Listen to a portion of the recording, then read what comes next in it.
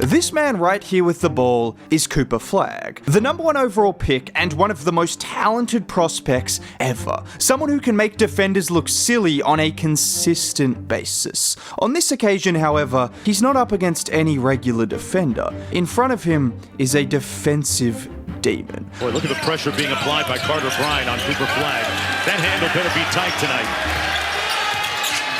He about to take his cornbread and just did. When I say he is a defensive demon, I promise you, I am not exaggerating. Because if that play against Cooper Flagg wasn't impressive enough, how about this play against Cooper Flagg, where Flagg gets past Carter initially in transition, and then out of absolutely nowhere. Is it a bird? Is it a plane? No, it's Carter Bryant at full extension swatting that shot. Or this play, which is one of the best defensive plays I've seen in a long time. He's initially face guarding Justin Edwards to prevent him getting the ball. He then jumps the pass, nearly forcing a turnover, presses all the way into the backcourt, and then when it looks like he's finally out of the play, look at him recover and swat the shot. Or how about on this play where he comes from behind to block Boner. Boner then recovers it, and who is there again to greet him at the rim?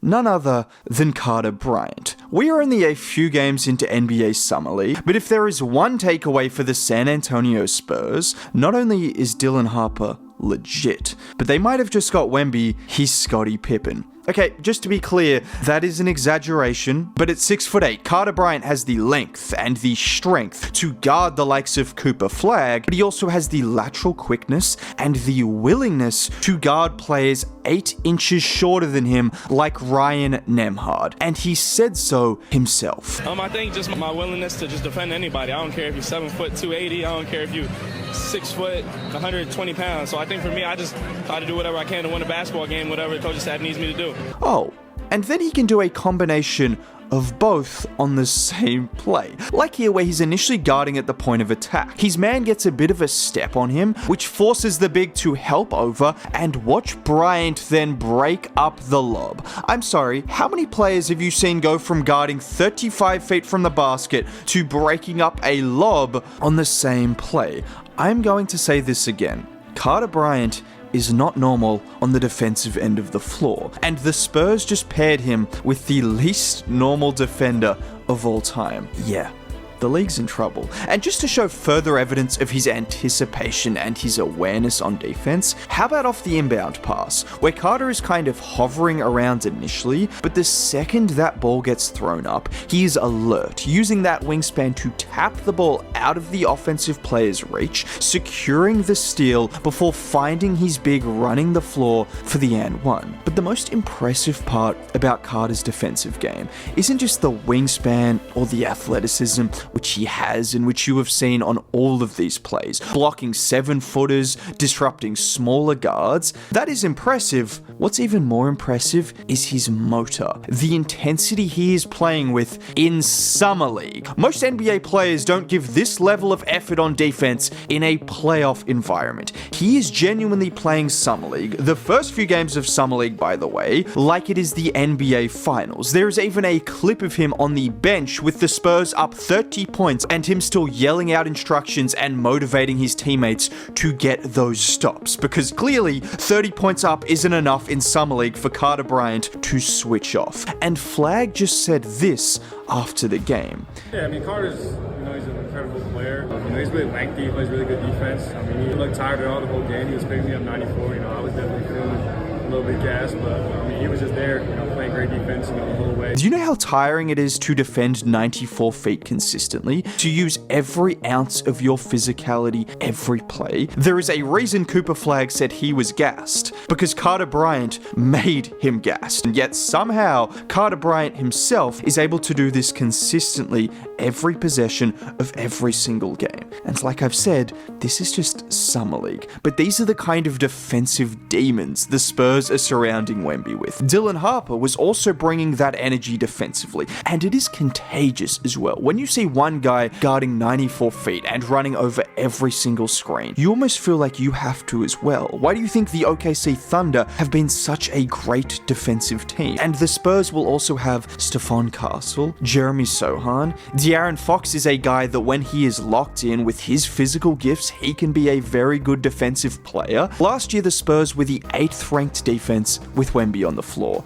Wemby is now going to be even better. I don't know how scary he's going to be after he became a Shaolin monk this offseason. Stephon Castle is only going to get better on both ends. Their whole team is going to get better. That is clear because of their age. But now you have added to that mix one of the best defenders in this draft class. And now you have to worry about switching from Stephon Castle to Carter Bryant to Jeremy Sohan, maybe even De'Aaron Fox. And if by some miracle you get past those guys, you have one of the greatest shot blockers in NBA history waiting at the rim to send you back. Oh, and you're going to have to do this every possession of every game for the next 15 years. Good luck. Now that's just the defense. Cooper Flagg also mentioned his offense at the end of that video. He's a great player. Offensively, I think he has a lot more to show, and he'll get into that. He'll hit shots and he'll do what he has to do. He's a great player, so I know Carter's going to keep getting better. This is the wild card of Carter Bryant's game. I think we can all agree he is going to be a good NBA defender at worst, and he has the potential to be one of the best in the league. But what's his offense going to look like? Well, as of now, it is raw. Let's not lie. And I've seen some people say he's terrible offensively and he won't be playable because he shot poorly the last couple of games. That's to put it lightly, shooting 8% from the field his last 2 games of Summer League.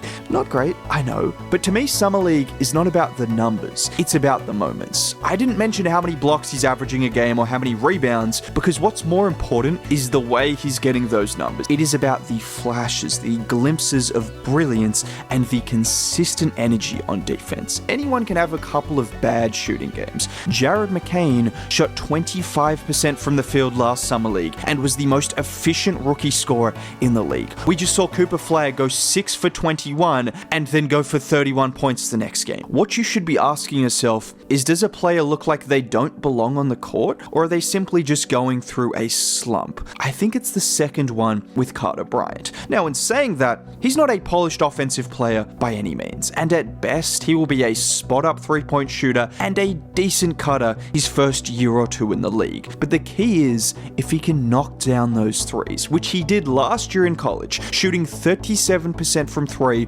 over an entire season instead of a 2-game sample size. And then there's his cutting ability as well. At his size, with his length, all of that athleticism you see with him skying through the air to block shots, well, he can do that as a cutter. He can catch lobs, he can move in transition, he can use that strength, that length, that verticality to finish around the rim. And all he has to do is just be serviceable, just to make a couple of shots, get a few offensive rebounds, a few cuts offensively. If he can do that, he is going to make up for it and more on the defensive end of the floor. And going forward, there are flashes to his game offensively. Just like here, where he gets the pass and then moving to his left, the beautiful jumper whilst fading. We saw a little bit of this at Arizona with the pull-up shooting, the mid-range shooting. Flashes is the key word. Don't expect him to be some elite offensive player, but I can guarantee you one thing, he is going to be elite on the defensive end of the floor, starting game 1 of next NBA season. And the Spurs